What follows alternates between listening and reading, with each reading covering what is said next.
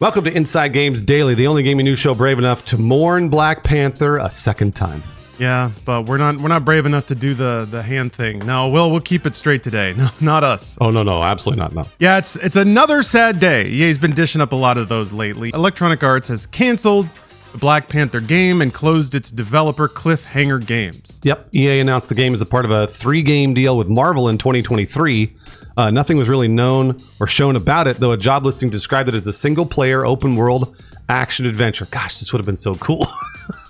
Sounds pretty cool, right? Yeah. Like Witcher, except you're Black Panther. Oh, man. Cliffhanger Games formed in 2023 along with the announcement of the game, but it has been closed before it was able to release a single game. Frustrating. And there was some alumni from Monolith in there. Oh, wow. That likewise was always just shut down. So, man, talent's just getting scattered to the wind. I mean, Lawrence, you've been saying that was going to happen for years, and now it is. IGN reports that the 3-game deal is still in place, even after Black Panther's cancellation. So that's odd. Yeah, I guess that doesn't count as one of the 3 now.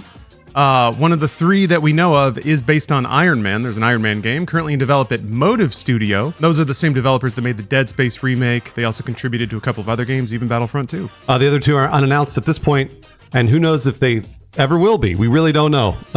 Because, I mean, if they don't release a Black Panther game, to me that is kind of huge, because Black Panther's a massive franchise. So I guess Iron Man, it maybe is a sure thing. I hope so. I mean, Motive has shipped games, whereas it can always be tough. You know, you can get the best talent in the room, but if everything doesn't sync up and the producers don't quite get everything in line, I'm not saying it has anything to do with the talent. I'm just saying making video games is very, very, very hard. Mm-hmm. And having the best talent and the best brand and the best license deals doesn't even guarantee that you'll make a game at the end of the day.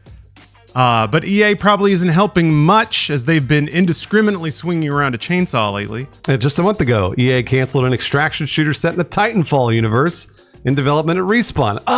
Another game I would have loved to play. That sounds awesome. Yeah, an extraction shooter with Respawn's kind of twitchy shooting mechanics. I could have been into that, yeah. And unfortunately, the obituary doesn't end there. 2 other Respawn-developed but unannounced incubation projects were also shelved at the time. They've also undergone multiple rounds of layoffs and restructuring in recent years.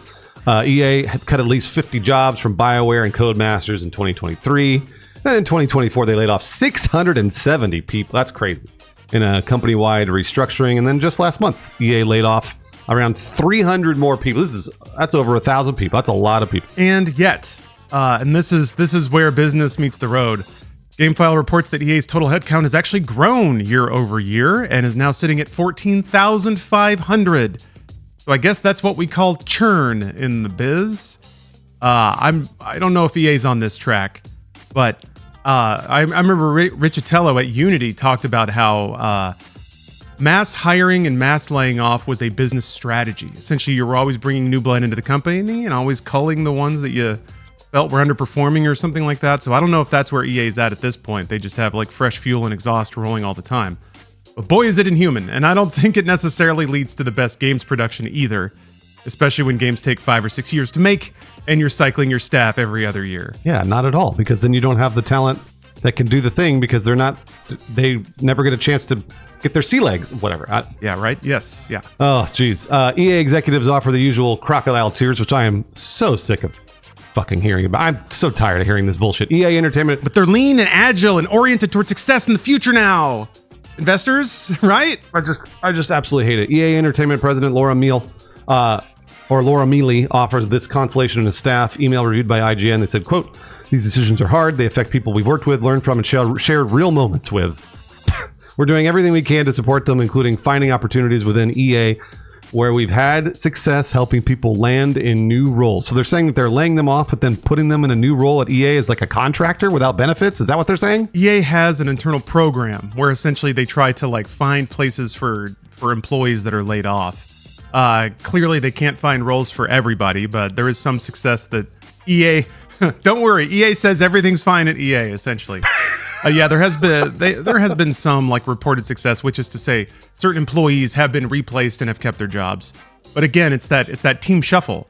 You know, the second a team starts to gel and really work well together, then all of a sudden they get scattered to the winds and have to refine their workplace relationships and reestablish rapport. And just for it all to happen again 2 years later. Meanwhile, developers on social media are a little more direct with their sentiments, courtesy of IGN's reporting. Concept artist Carla Ortiz writes, quote, "I was a part of this incredible crew. We were working on such an amazing and stunning game. Detailed, rich, beautiful. It breaks my heart. The world won't see it. It also breaks my heart to say goodbye to the team. What an honor to work with you all. What a sad day." Sucks. Game designer Sophie Mallinson posted, "This is a dream team, and you should snap up anyone who is working on this project. So sad that we might not ever get to see a Black Panther ARPG developed by the creators of the Nemesis system." Man, oh man. That could have been pretty cool. Yeah. That actually could have been really fucking cool, and I'm really bummed yet again. Folks that survived multiple swipes of the Reaper's Scythe aren't feeling great either. Respawn senior encounter designer Patrick Wren posted that, quote, "Morale has been at an all-time low. I can say that much." Yeah, when all of your prospects for the future get canceled, when your employees are getting pulled away and put on other projects or in other departments, doesn't feel like you have much of a bright future, or that maybe even your ideas will ever see the light of day at this place. So I fully understand that feeling. But man, this is one of those where it should have been a surefire bet, you know? At what point did EA look at this game and they were like, nah, that's not going to sell enough, not going to make enough money, it's going to take too long to develop, whatever it was. Yeah, the publishers have just massively struggled with, I guess, what we considered traditional AAA development. At some point, it just all fell off a cliff. I don't know, Bruce, what do you think? Will we ever see a prestige banner licensed game ever again? I mean, we will, but they're going to be the Insomniac game. They're the proven sellers, right? These like the Wonder Woman game that got canceled and this game that got canceled, clearly it's the bloat. And I don't necessarily know that this is the developer's fault. Because yes, obviously developers want to be paid a living wage to make video games that are huge. But we're talking 10 times out of 10, lay the fault at the executives' feet. Because not only do they run the business and they can control the hiring and firing, and they control what the pay is and all that other stuff, but at the same time, they're looking at the shareholder line, make sure that line always goes up for shareholders. So I think it's always bullshit. And I don't necessarily... I saw a few comments in one of our more recent episodes that was like, well, you guys always blame the executives. This is hilarious that they're defending executives, but you guys are always blaming the executives. But cost of living has gone up, and that's now these executives have to pay people more money.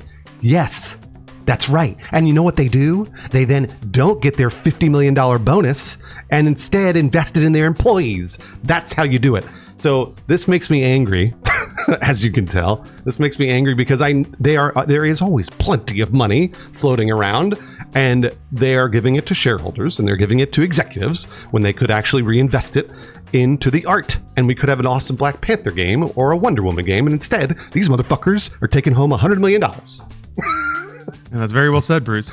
Part of me hopes that now that we've found the plateau, I think, in games production, it's no longer like a runaway moneymaker. More money in does not equal more money out anymore. Hopefully that means that all the executives that want those $50 million bonuses will get the fuck out of this industry and go to AI or crypto or wherever that money is still flowing like that.